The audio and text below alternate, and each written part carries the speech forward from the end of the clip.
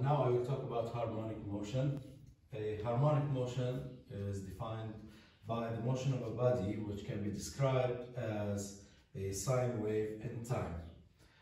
Let's see how it looks for a rigid body in a simple mass spring configuration. Let's consider the following mass spring system: a spring attached to a fixed support of constant K and some mass M performing a motion in the horizontal direction x as a function of time. Now, if we give this mass an initial disturbance, and if this is the time axis, we will notice that the body will move to the right and back to the left due to the stiffness of the spring. So it will move backwards and forward, and in time this motion will look like a sine wave. This is what's called a harmonic motion. In this case, we can describe the motion of the mass m as function of time, x of t as a function of time is equal to a, some amplitude, and a sinusoidal function sine omega t. Now, let's define some properties associated with this harmonic motion. Now, we all know the sine wave plot. Let's consider this sine wave plot simple: theta axis and sine of theta. The function sine of theta goes like this, starts from 0 up to a maximum, and then minimum, and back up, and continues to repeat forever. The amplitude of this sine wave, if we multiply the sine wave by a, then the amplitude is a, and those are, and minus a, those are the two extremes where the function sine theta oscillate about. Now, in our case, theta is omega t. So this axis is referred to either by theta or by the omega t axis, and the vertical axis, which is the sine theta axis, a sine theta, is the same as the x axis, x of t.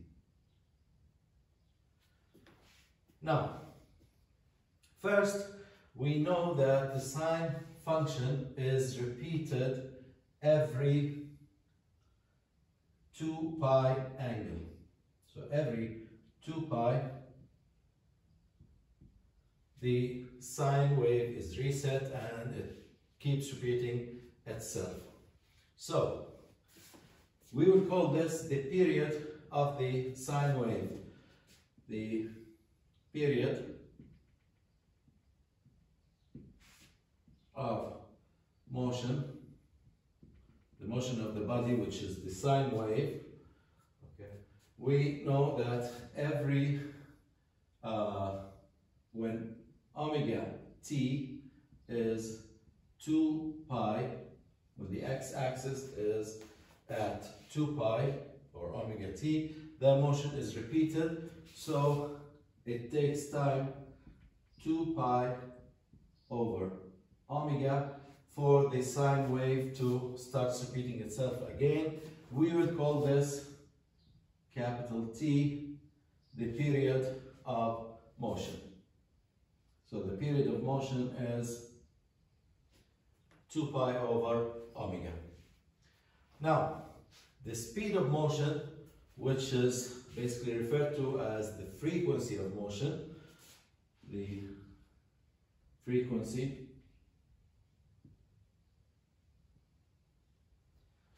is the speed of the motion. The frequency is the speed,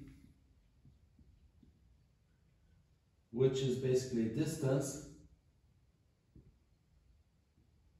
divided by time. Now, every cycle, the distance covered in every cycle is 2 pi and the time required to cover this 2 pi distance is t, period, one full period time. That is the speed of the motion, which is called the frequency, and it's referred to as, if you notice here, that 2 pi divided by t, that will be omega. So omega is the frequency of the motion, and the frequency of the motion is related to the period of the motion, as we see in these two boxes. Now, the frequency can also be described in another unit, which is cycles per second. How many cycles the rigid body performs in every second. So in cycles per second, the frequency in cycles per second is known as hertz. So we will refer to this frequency as F. Now, what is the relation between omega and F? F is the frequency in cycles per second. Cycles per second, and a cycle is in a rotational motion. A cycle is 360 degrees, or basically 2 pi. So if I want to convert from a cycle to radians, I have to multiply by 2 pi. So if this is the frequency F in cycles per second, if I multiply it by 2 pi, that will take me back to radians per second, which is basically omega.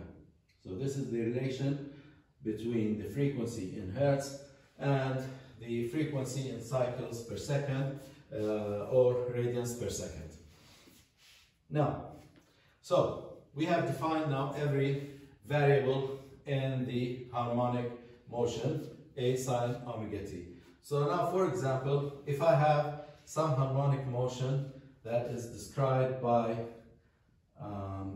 let's say, x of t equals 5 sine 4t, then from this function I know that the amplitude of motion, the amplitude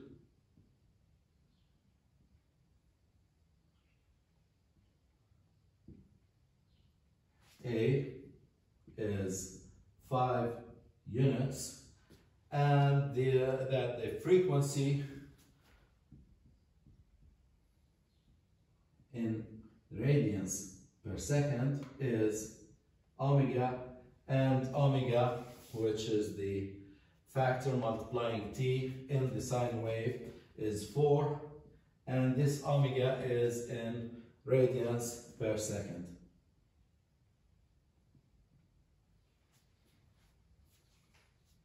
If I want to convert this 4 radians per second to hertz, then I will use this relation, which says that F is omega divided by 2 pi, that is 4 divided by 2 pi, which is 2/pi